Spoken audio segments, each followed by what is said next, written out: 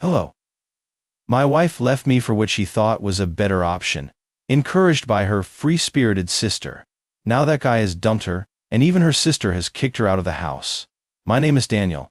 I am 36 years old, and I work as a logistics manager for a regional shipping company in Portland, Oregon. My job is basically solving problems before trucks start moving at 5 in the morning, so I wake up early, plan everything carefully, and I like when life runs on schedules instead of chaos. My wife Melissa is 34. We had been together for 7 years and married for 5. We owned a modest house together on the east side of the city and split the bills. No kids yet, just a golden retriever and a routine that looked pretty stable from the outside. Melissa worked as a freelance lifestyle photographer. Her schedule was the opposite of mine. Late nights editing photos, random weekday shoots, brunch meetings that somehow lasted until dinner. It worked for a long time because I'm structured and she called herself spontaneous. Her younger sister Kara was the wild card in the family. Kara believed she was what she liked to call free-spirited, which mostly meant she jumped between jobs, relationships, and apartments every 6 months while posting inspirational quotes online about living without limits. For years Melissa treated Kara like some kind of personal life coach, even though Kara's life looked like a cautionary tale. Things didn't actually explode overnight. Looking back now, the shift started slowly about 8 months ago when Melissa began talking about how she felt stuck. Not unhappy, just stuck. She said my life was too predictable, that I planned everything, that I treated life like one long work schedule. I remember one Saturday morning when she said something that stuck with me. She told me some people are meant to build safe lives, and some people are meant to chase exciting ones. She said it casually while scrolling through her phone, like she was commenting on the weather. I didn't think much of it at the time. What I didn't realize was that Kara had already been planting ideas in her head for weeks.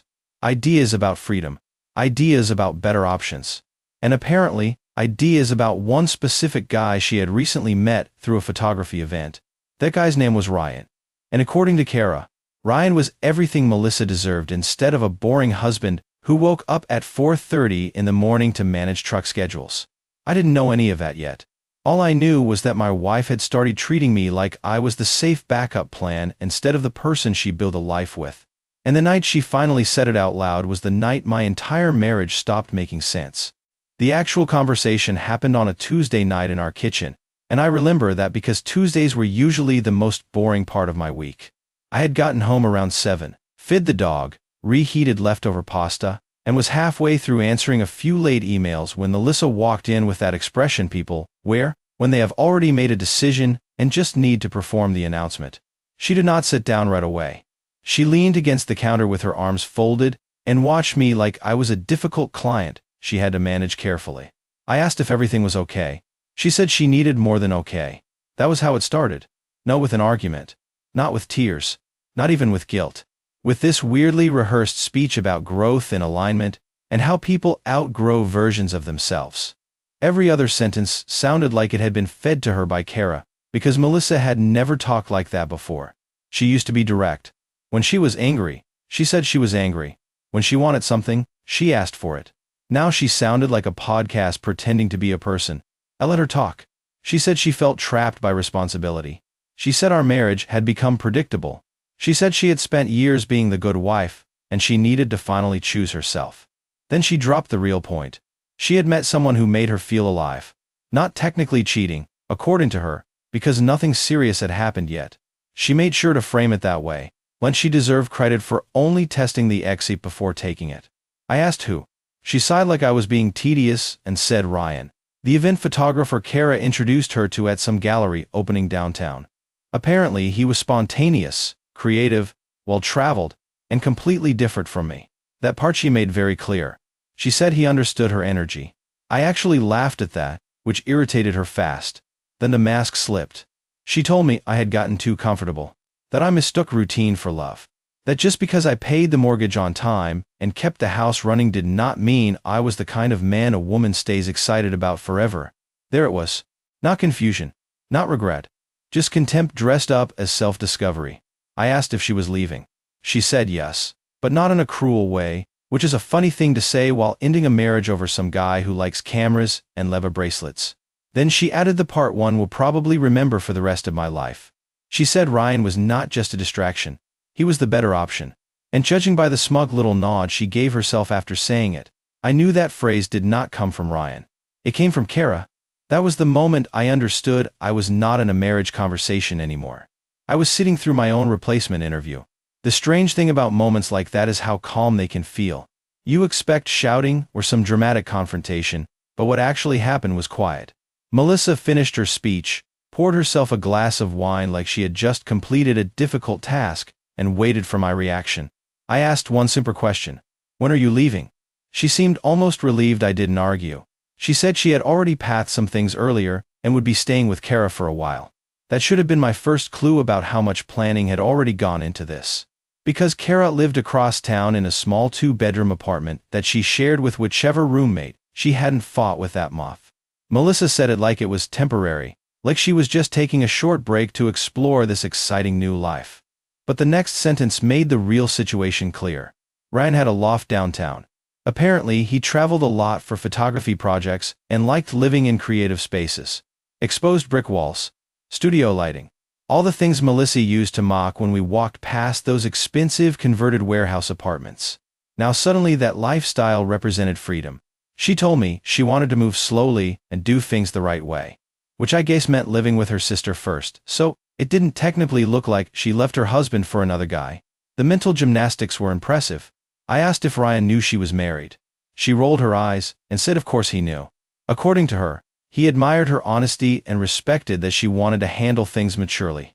That word again, mature.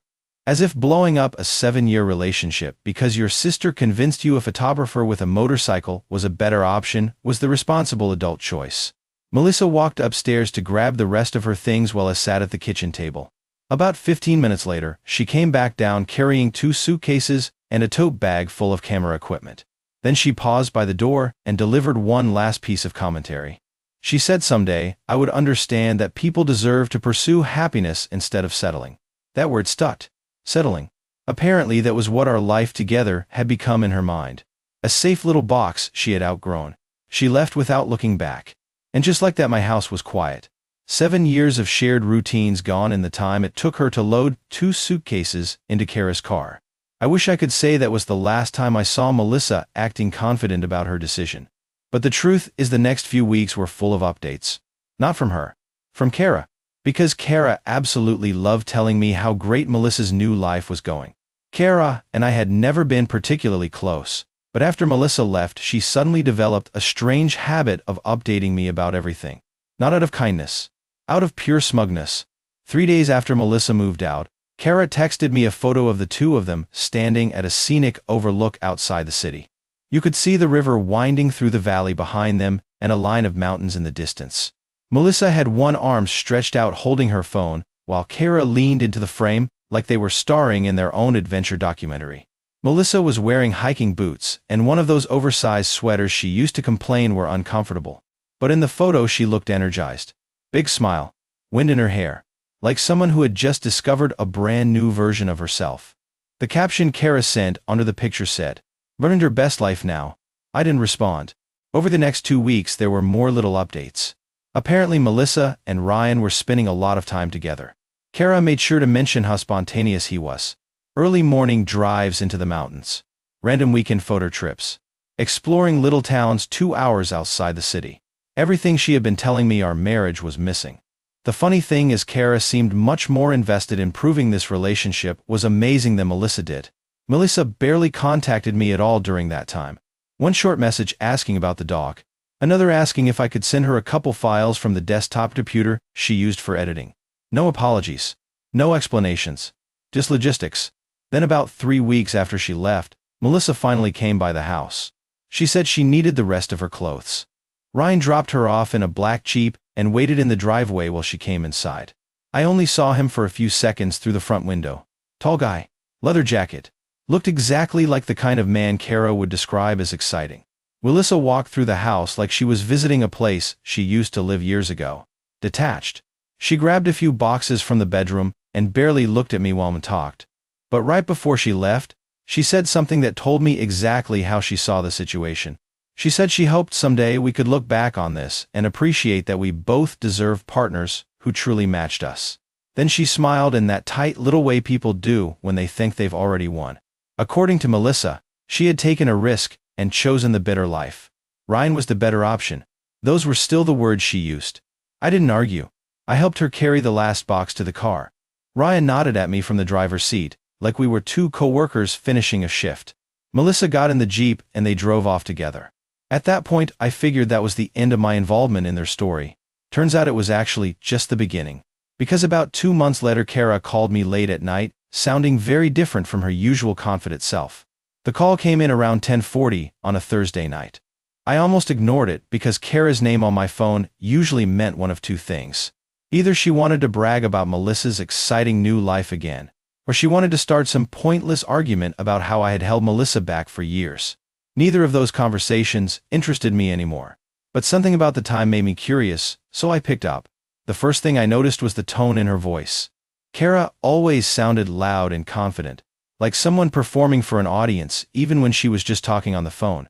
That night, she sounded different. Tired. And a little nervous. She started the conversation in a weirdly cautious way. She asked if I was home. Then she asked if I was alone. That immediately set off alarm bells in my head. Finally, I asked what she actually wanted. There was a long pause before she answered. Then she said Melissa needed a place to stay. Just for a little while. I almost laughed because for the past 2 months Kara had been practically hosting a victory parade about Melissa escaping her boring marriage. Every update had been about freedom and excitement, and how amazing Ryan supposedly was. So hearing her suddenly ask me for help was interesting. I asked the obvious question. What happened to Ryan? Another pause. One of this time. Then Kara said they were having some issues. That was the phrase she used. Issues. Apparently Melissa and Ryan had been arguing a lot recently. According to Kara, Ryan had a different idea of what a relationship looked like.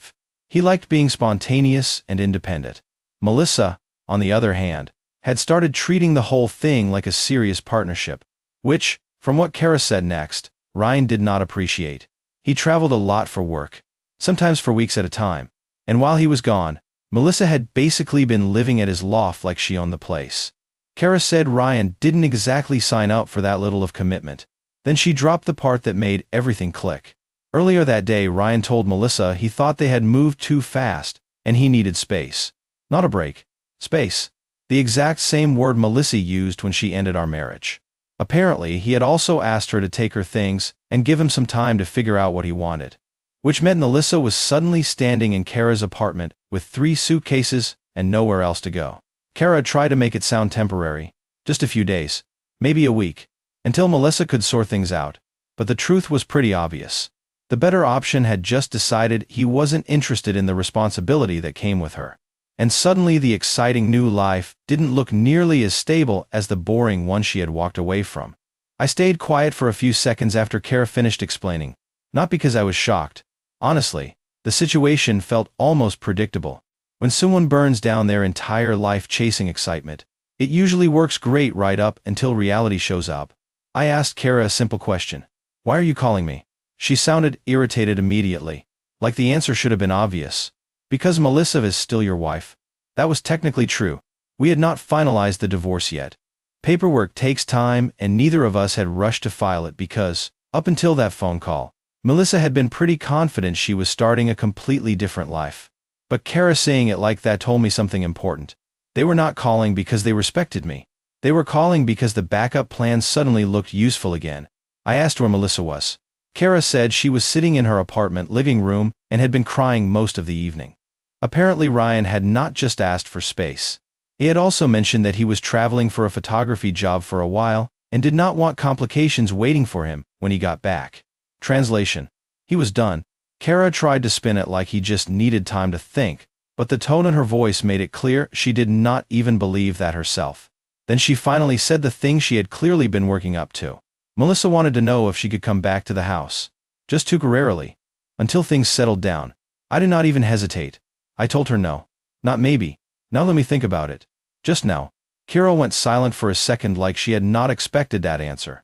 Then she immediately switched into negotiation mode. She said Melissa did not have anywhere else to go right now. She said it would only be for a short time. She said we were still married, so it was not unreasonable. I let her finish. Then I explained something very simple. 2 months earlier Melissa had stood in that same house, and told me Ryan was the better option. She had packed her things, walked out the door, and driven away with him like she had already upgraded her life. You do not get to uninstall that decision just because the update failed. Kara did not like that answer. She said I was being cold. She said people make mistakes. I told her that might be true, but some mistakes come with permanent consequences, and Melissa choosing her better option was one of them. That was the moment Kara finally stopped pretending this was a polite conversation, because the next thing she said told me Melissa had not actually accepted reality yet. Kara did not bother hiding her irritation after I said no. For the first time since the call started, the friendly tone disappeared completely. She said I was being petty. She said I was punishing Melissa for making a mistake. And then she said something that honestly explained a lot about how Melissa ended up in this situation in the first place. She said if I really loved Melissa, I would help her when she needed it. Not when things were easy. When things were hard. I asked Kara a question. Did Melissa say that herself? Another pause. That told me everything. Because the person asking to come back was not even the one on the phone. Kara was negotiating for her. Then Kara said Melissa wanted to talk to me directly. I told her no. Not angrily. Just very clearly. I said there was nothing Melissa could say that would change the situation. The conversation we needed to have already happened the day she walked out of the house and told me she had found a better option. Kara tried to push again. She said Melissa just wanted to explain things. She said Melissa felt terrible. She said she deserved the chance to talk. I told Kara something simple. Explanations are useful before someone leaves, not after. There was the point where Kara stopped trying to sound reasonable. She said I was acting bitter. She said people make mistakes all the time and marriages survive worse than this. I reminded her of something Melissa said the night she left. She told me she had outgrown the life we built. She told me Ryan was the better option. She said she deserved something more exciting. I explained that decisions like that are not temporary experiments. You do not get to press undo just because the exciting option stopped working. Kara got quiet for a moment. Then she said Melissa had nowhere else to go. Apparently Ryan had already changed the code on his loft door and left town for a photography job the same afternoon. He asked her to move out. So Melissa had packed her bags and gone back to Kara's apartment. Free suitcases. No plan. No place to live.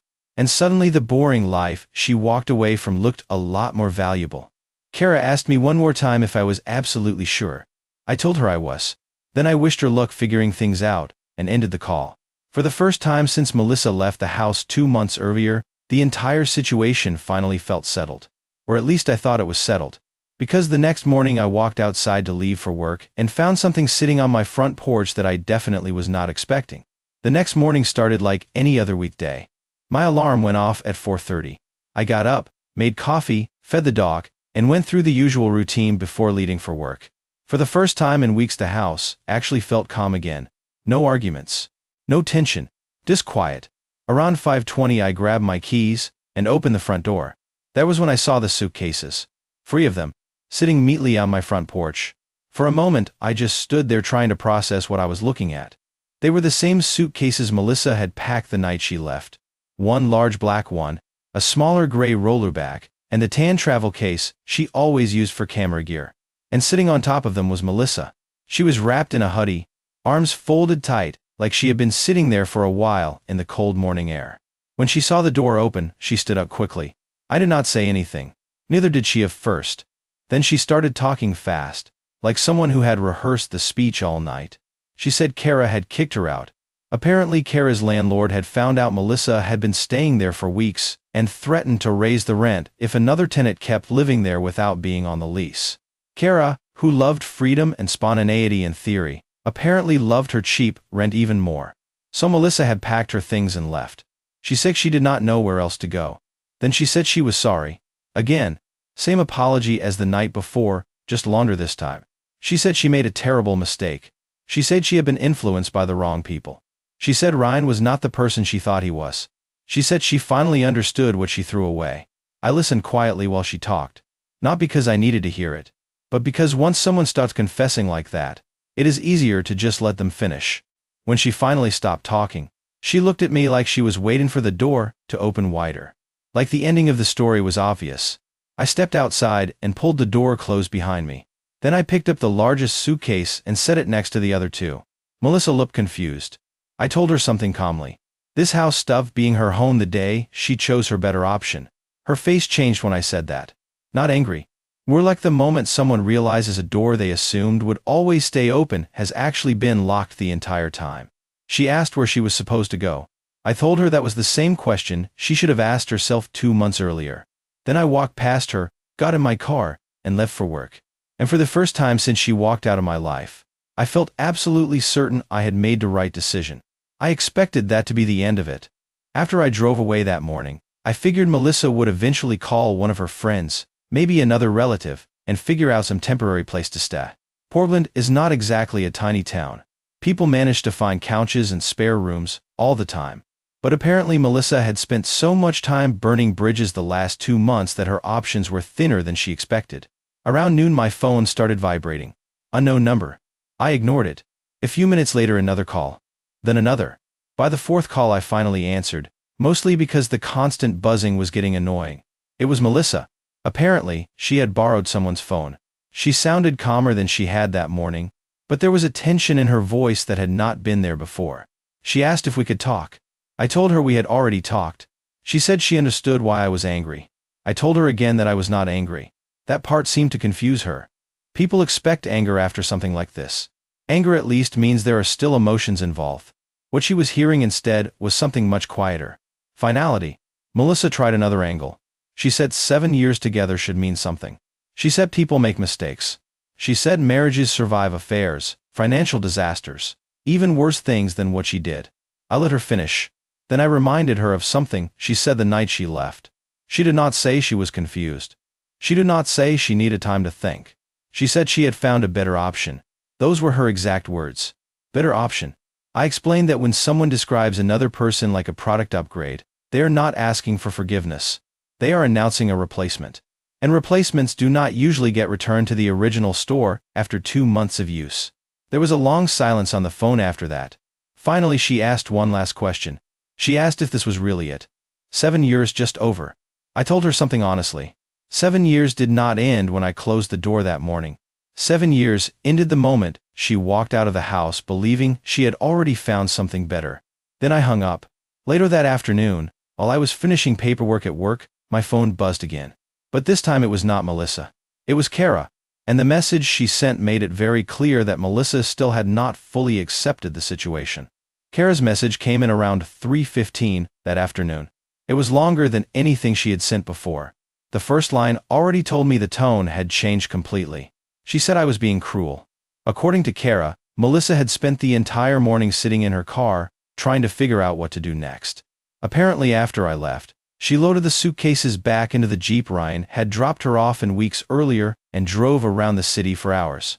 No apartment, no plan, just driving. Kara said Melissa had finally broken down crying in a grocery store parking lot, and called her again asking what to do. Reading that message, I realized something important. Melissa had not expected consequences. She had expected a dramatic reconciliation story, the kind where the husband is heartbroken but eventually takes his wife back once she realizes her mistake. Except real life does not always follow those scripts. Kara kept typing. She said I was acting like a robot. She said I should show some compassion. Then she added something that made me laugh out loud in my office. She said if I kept acting this way, Melissa might actually lose everything. I stared at that sentence for a moment. Then I typed back the only response that made sense. Melissa did not lose everything today. She lost it 2 months ago, the moment she walked out of our house and chose what she called a better option. Kara never responded after that. About a week later I heard through a mutual friend that Melissa had moved into a small studio apartment on the other side of a city. Nothing fancy, just a temporary place while she figured things out. Ryan never contacted her again. Apparently, he posted photos from 3 different countries over the next month, like nothing had ever happened. As for me, I finished filing the divorce paperwork not long after. The strange thing is I do not feel angry when I think about it now. Just clear. Melissa wanted excitement. She wanted something better than the stable life we built together. And she found out the hard way that sometimes the thing people call boring is actually the thing holding everything together. The lesson I took from the whole situation is simple. When someone tells you they have found a better option, believe them. Then let them go see exactly how good that option really is. Bye-bye.